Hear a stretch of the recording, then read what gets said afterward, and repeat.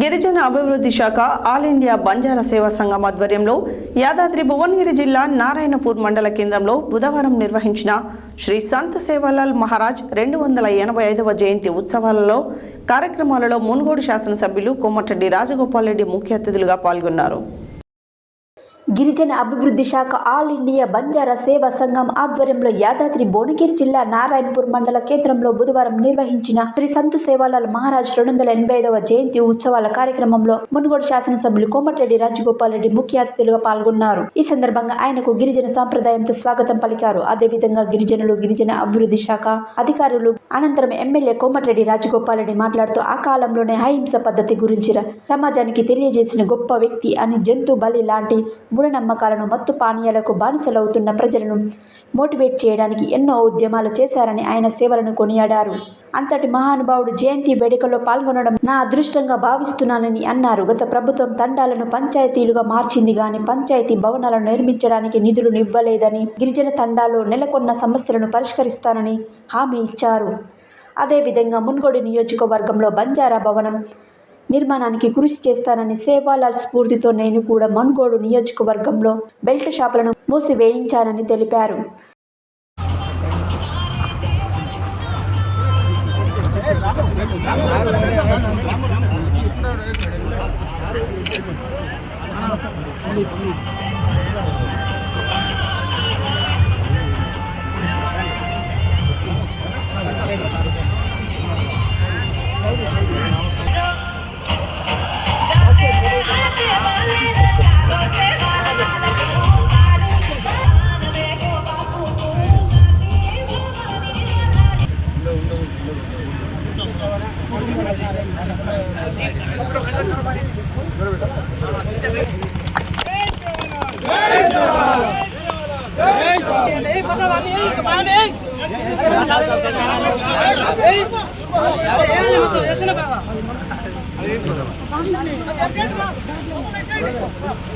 ఒక్కరి చేయించారా అందరూ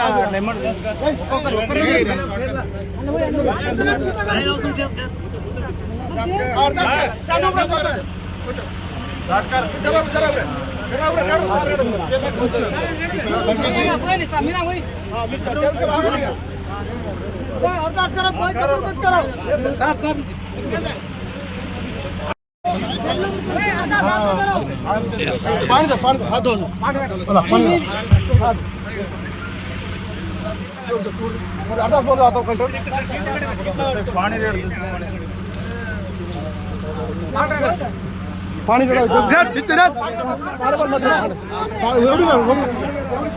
और तीन हो रहा था टमाटर सोला हो पड़ो और सोबतनो और पाटे परनो और पुटे परनो भगवान ये बापू ये खेलपुन दिखाने करके तारी बापू तोने भोग खंडा दिने है ये मंडल में नहीं ये बापू तोने पूजा दिने है मुझे पकड़ ले गौरव गुरु जी बापू ये बापू जरूर छायनो ये बापू उधर नया की चलावनो ये बापू उधर पाटा पैरेमा उधर गौरू गोदामा ఆ కాలంలో కూడా నమ్మకాలు నమ్మకుండా గిరిజనుల చైతన్యపరిచే విధంగా ఆయన తీసుకున్న అహింస పద్ధతులు కానీ,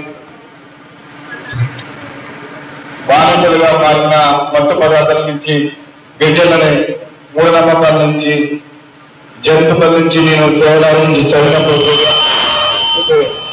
ఆ కాలంలోనే, ఆ టైంలో అన్ని సంవత్సరాల కింద 17-18వ శతాబ్దంలోనే అంత మంచిగా ఒక దేవుని రూపంలో గిరిజనులకు సేవ చేసిన వ్యక్తి సేవాలాల్ గారు. ఆయన ఈ రోజు కూడా మనం అతని గుర్తు చేసుకొని సేవాలాల్ గారు చేసిన సేవల్ని ఈ రోజు మనం స్మరిస్తున్నామంటే ఎంత గొప్ప వ్యక్తి అనేది మనం అర్థం చేసుకోవచ్చు. అంటే మనం శారీరకంగా మన ముందర మనిషి లేకపోయినా ఆయన చేసిన మంచి పనులు, చేసిన సేవ అనేది ఇప్పటికి కూడా అతని పేరు బ్రతికించే ఉంది. ఆయన మనం ఆ దేవుడుగా ఆరాధిస్తున్నాం అంటే ఎంత గొప్ప విషయం మనం అందరం కూడా గమనించాలి, అర్థం చేసుకోవాలి. నిజంగా ఎప్పటికీ ఏ ప్రోగ్రామ్ చేసినా సరే మనం సేవాలాల్ ఫోటో పెట్టి చేయాలని చెప్పేసి ఈ సందర్భంగా మనందరం కూడా ప్రతి ప్రోగ్రామ్ విజయాలకు సంబంధించి ఏ ప్రోగ్రామ్ చేసినా సరే సేవాలాల్ గారు ఫోటో పెట్టి దండ వేసిన ప్రోగ్రామ్ చేయాలని చెప్పేసి కూడా అధికారులకు నేను చెప్తున్నా. అదేవిధంగా నిజంగా నేను చెప్తున్నా, మన జనాభా తెలంగాణ రాష్ట్రంలో 45 నియోజకవర్గాల్లో 165 నియోజకవర్గాల్లో గెలుపు ఓటర్లు శాసించే విధంగా అంతమంది ఓటర్లు ఉన్నది, అంత జనాభా ఉన్నది విజయం. కానీ మనకు 70 ఏళ్ళు స్వాతంత్రం వచ్చింది, కానీ గిరిజనుల బతుకు చెప్పుకోదగ్గ మామలేదు. నేనే మన నారాయణపూర్ మండలంలో ఎమ్మెల్యే అయినప్పటి నుంచి అన్ని తండాలలో పోయినా, నాంపల్లి మండలం పోయినా, ఎక్కడ పోయినా కానీ అయ్యో అనే విధంగానే ఉంది. కానీ ఈ పార్టీకి వాళ్ళు సమాజంలో ఎంతో మంది వాళ్ళు ఆర్థికంగా వాళ్ళ జీవన పద్ధతులు వ్యవహార శైలి కానీ చదువుకొని వ్యాపారం చేసి ఎన్నో వృత్తుల ద్వారా వాళ్ళు పైకి వచ్చిండ్రు. కానీ గిరిజనులు మాత్రం తక్కువ మంది ఉన్నారు. 110 మంది కూడా మనకు ఆర్థికంగా పైకి రాలేదు.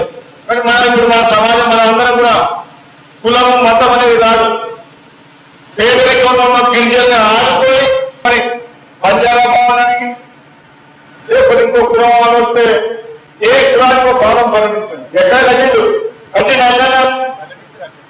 ప్రకటించిండు బంజారా భవన్ కట్టండి. తలపూడి అనుకుంటాం 1000 ఎకరాల ఫామ్ హౌస్ మాత్రం కట్టుకోం. ఫామ్ హౌస్ కోసం అని చెప్పి రాజేశ్వరం వెళ్ళి నిధి తీసుకొచ్చి కొండ పోసమ్మ రిజర్వాయర్ కట్టుకోవడం, రిజర్వాయర్ కాలువ చేసి ఆ 1000 ఎకరాల ఫామ్ హౌస్ కట్టుకుంటాం. ఫామ్ హౌస్ మంచి మంచి రోడ్లు వేసుకున్నాం. అదే మన తమిళనాడు ఉన్నాయా? ఇప్పుడు మనం నారాయణపూర్ మండలం తమిళనాడులోకి వెళ్ళి మనం బొగ్గు